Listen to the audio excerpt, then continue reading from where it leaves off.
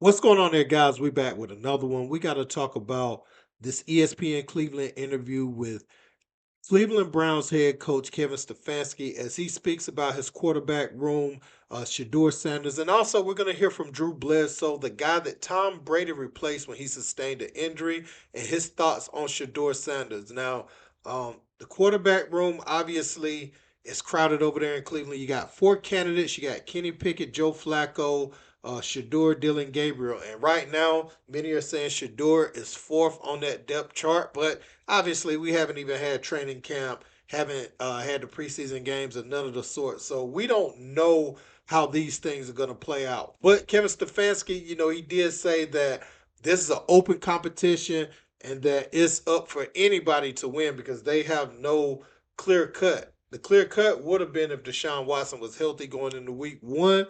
But here we are. This is the QB situation we have at hand. And so, without further ado, we're going to get into some of the comments made by Kevin Stefanski. Have the veterans and rookies in that room taken to each other? It's been awesome. We got five guys in there that are really supporting each other. This is high. Well, maybe I hope it's high level football when you're talking about having Joe and Kenny and Deshaun and Bill Musgrave and Tommy Reese, and we're covering a lot of ball, a lot of situational football, and Joe can tell stories about his practices back in the day in Baltimore and give great example to these young players. And the young guys, as you can imagine, are very quiet and are soaking it all up. And then we have extra meeting time then with the rookies where it's just them in the room. But it's been a fun few weeks in that room covering a lot of ball. There's as you guys know, and with that position, there's just so much that goes into it. And for young players, I mean, it's as simple as there's some rules that are different in the college game. So there's a lot to cover. There's a lot of ground to cover with the young guys, and they get to sit in a room with some high-level players that see the game at an extremely high level. And look at Kenny's in there talking about what the Super Bowl champs just did the year before. So it's great perspective for those young players. Shador is a great kid, and whether it's a following that he's earned, I mean, that's something that he's done a great job of interacting with fans. But he is a great kid. You guys will get to know him more. He's working like crazy, just like all the guys. He's another young man. These rookies, my office is downstairs. As they got to walk by my office as they come in. They come in early, and Shador, just like all those guys, he's in there early. He's getting his work done. So he's working really hard. I like everything there is about Shador. Are they really all for competing for the potential to be the starting quarterback on September 7th Because against Cincinnati? The perception, coach, is that it would take a lot for a rookie to come in and beat out Joe Flacco or even Kenny, who have played in NFL games. If you're on our roster, you're competing for a role. And the guys have heard that from me, and it's the truth. We don't have to set the roster till late August. We don't have to set a depth chart. We have to get the football team ready to play, certainly, but you're competing for a role in what you do. So I would hope every player on our team, quarterback or otherwise, is competing for a role. Is Pickett first up? We'll see. I tell the players, don't pay attention to where you are in line, because where you are on Tuesday, it may be different Wednesday. So, no, we don't pay close attention to that. Certainly you have to decide what order the guys are going to go out, and sometimes it may be player X, player Y, whatever it is.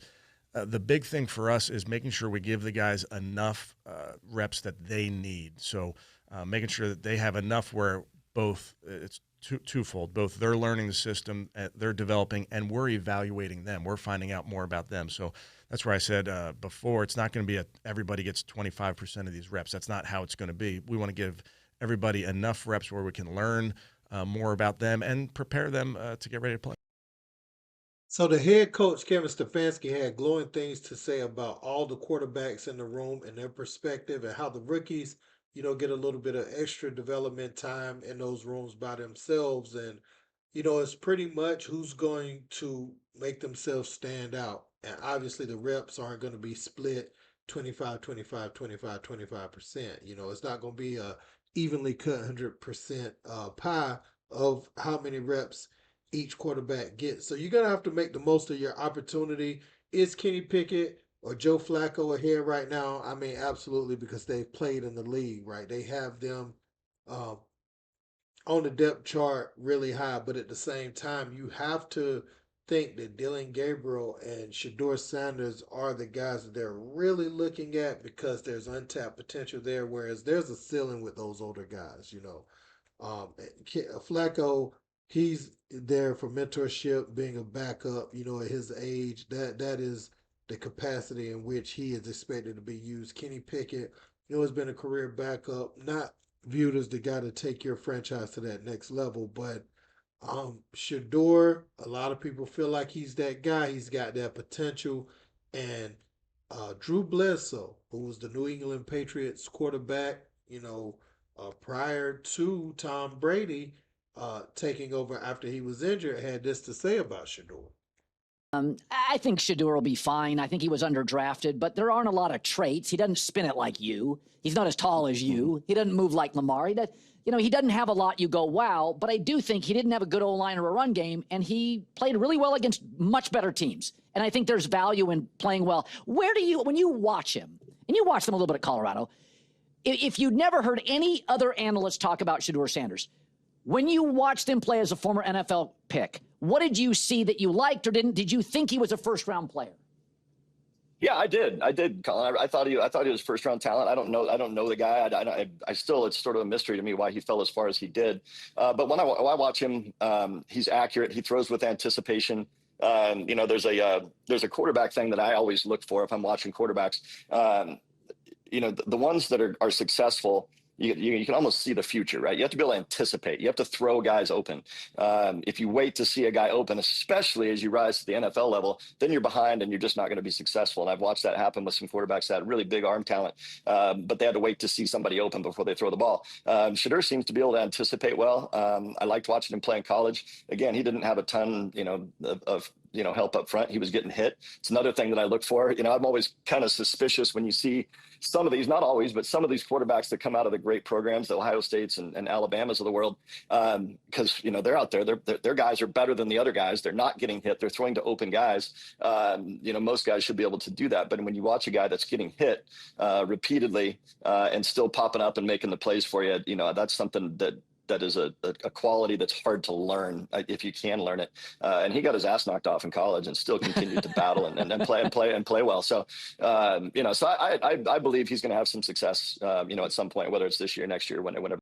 And that is the quality I probably took in consideration the most when evaluating Shador Sanders and looking at his prospects at this level, how he stood in there knowing he was going to get hit, knowing that, the clock in his head, the clock they tell quarterbacks to get it off in, he probably got half a second less than that because of how challenged his offensive line was at times. And so um, he had to be able to process and throw the man open because he didn't have time really to stare down his defenders and stuff. Not most times, you know what I'm saying? They did a little bit better protecting him at times this year, but that first year, he was getting destroyed by defenses, and he was still making the plays, still keeping them competitive in most of their games. Even some of the games they lost late, but this year they were ranked top 25. So, I mean, if he had another year in college, I mean, who knows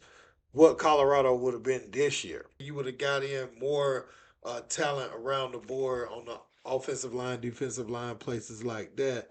And so I that's kind of how I look at Shador and equality, playing with pros.